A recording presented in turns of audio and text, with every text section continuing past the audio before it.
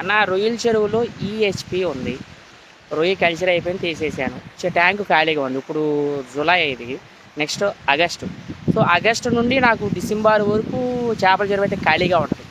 అదే రొయ్యల చెరువు, నా రొయ్యల చెరువు ఖాళీగా ఉంటుంది. అందులో నేను చేప వేద్దాం అనుకుంటున్నాను. ఏ చేప అయితే మంచిది, ఎంత సైజ్ అయితే రావడం అయితే జరుగుద్ది. మళ్ళీ నేను జనవరిలో రొయ్య వేసుకోవాలి. జనవరి క్రాపు తర్వాత ఏప్రిల్ క్రాపు, 2 క్రాపులు బాగుంటాయి కదన్నా. నాకు ఆ టైంలో వైరస్లు అయితే తక్కువ వస్తాయి కాబట్టి మళ్ళీ నేను జనవరి నుంచి రొయ్యకి అయితే వెళ్ళిపోవాలి. ఇప్పుడు ఆగస్ట్ నుంచి డిసెంబర్ వరకు ట్యాంక్ ఖాళీ ఉంటుంది. సుమారు 5 నెలలు ఖాళీ ఉంటుంది. ఈ 5 నెలల్లో మనం ఏ చేప వేసుకుంటే మంచిది? మీరు ఏ చేప అయినా వేసుకోవచ్చు. ఫస్ట్ ఆఫ్ ఆల్ ఏ చేప అయినా ఒక కల్చర్ రొయ్య వేసుకున్న తర్వాత చేప వేసుకోవచ్చు. తర్వాత మళ్ళీ రొయ్యకి వెళ్ళచ్చు. చెరువులో సెలనైటీ కూడా బాగా ఎక్కువ ఉంది. సుమారు 7, 8, 9 కూడా పైన అయితే నాకైతే ఉంది సెలనైటీ అని అయితే అనడం జరిగింది. ఆ వాటర్ ఖాళీ చేసేయాలా లేక అదే వాటర్లో వేసేయవచ్చా? సెలనైటీ అంత ఉంది, ప్రాబ్లం ఏమన్నా అవుతా? సో ఇది కూడా ఒక డౌట్. అయితే అండి, సెలనైటీ 8, 9 ఉంటే కొంచెం ఇబ్బందే. మినిమం మీరు ఒక 5, 6 కన్నా సెలనైటీ తీసుకురాగలిగితే మనం చేప అయితే వేసేసుకోవచ్చు. మ్యాక్సిమం 5, 6లో ఉంటే చేప బాగానే పెరుగుతుంది, గ్రోత్ లేదు, తగ్గదు.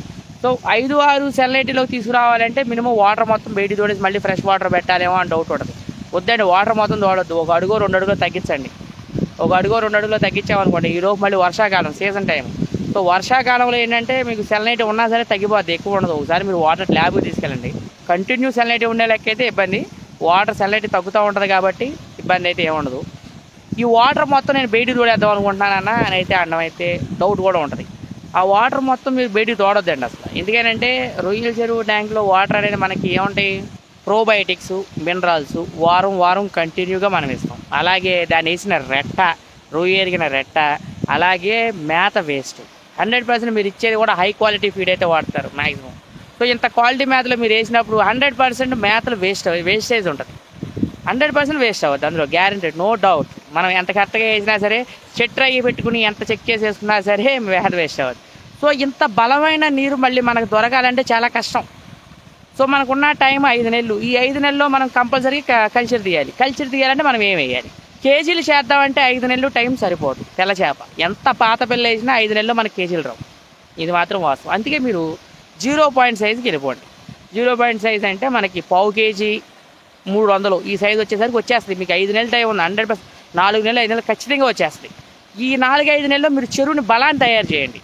కాలర్ వేసుకోండి, మధ్యలో కాలర్ వేయండి, బలం తయారు చేయండి. బలం ఏ రకంగా బలం తయారు చేయగలుగుతాం అన్ని రకాలుగా బలం తయారు చేయండి.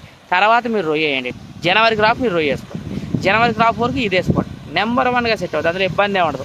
మీరు ఇప్పుడు తయారు చేసిన బలం అంతా తర్వాత రొయ్యకు ఉపయోగపడుద్ది. అందుకే మీరు ఏం చేయాలంటే, ఇప్పుడు చేప అయితే వేసేసి 0 పాయింట్ వరకు మనం సైజు వరకు మనం మేపేసుకోవాలి. 0 పాయింట్ వరకు మనం మేపుకోగలిగితే మంచి గ్రోత్లు వస్తుంది, మంచి గ్రోత్. ఈ 0 పాయింట్ వేసుకొని కరెక్ట్గా 5-6 అంగుళాల పిల్ల సైజు ఉన్న చేపలు వేసుకొని మన దగ్గర అయితే అవైలబిలిటీ ఉంది. రాగండి అట్లా ఉంది, మంచి రేటు కూడా వస్తుంది, తక్కువ ఖర్చు అవుతుంది. So thank you so much. మీకు డౌట్స్ ఏమైనా ఉంటే కామెంట్ రూపంలో తెలియజేయండి అండి. సో ఇది రొయ్యల చెరువు గురించి ఇంకేమైనా మర్చిపోయి ఉండొచ్చు. మళ్ళీ గుర్తు వచ్చినప్పుడు కంపల్సరీ ఇన్ఫర్మేషన్ అయితే ఇవ్వడమే జరుగుతుంది. అలాగే మన ఛానల్ సబ్స్క్రైబ్ చేసుకోండి. నా దగ్గర చేపలు అయితే అవైలబిలిటీగా ఉంది, 5-6 అంగుళాల సైజ్ అయితే అవైలబిలిటీ ఉంది. రాగండి అట్లా అయితే 2 సంవత్సరాల పాత పిల్లలు అయితే ఉండడం జరిగిందండి. సో మీకు కావాలంటే స్క్రీన్ మీద నా నెంబర్ ఉంది, అక్కడ నుంచి ఫోన్ చేసి చేపలు బుక్ చేసుకోవచ్చు.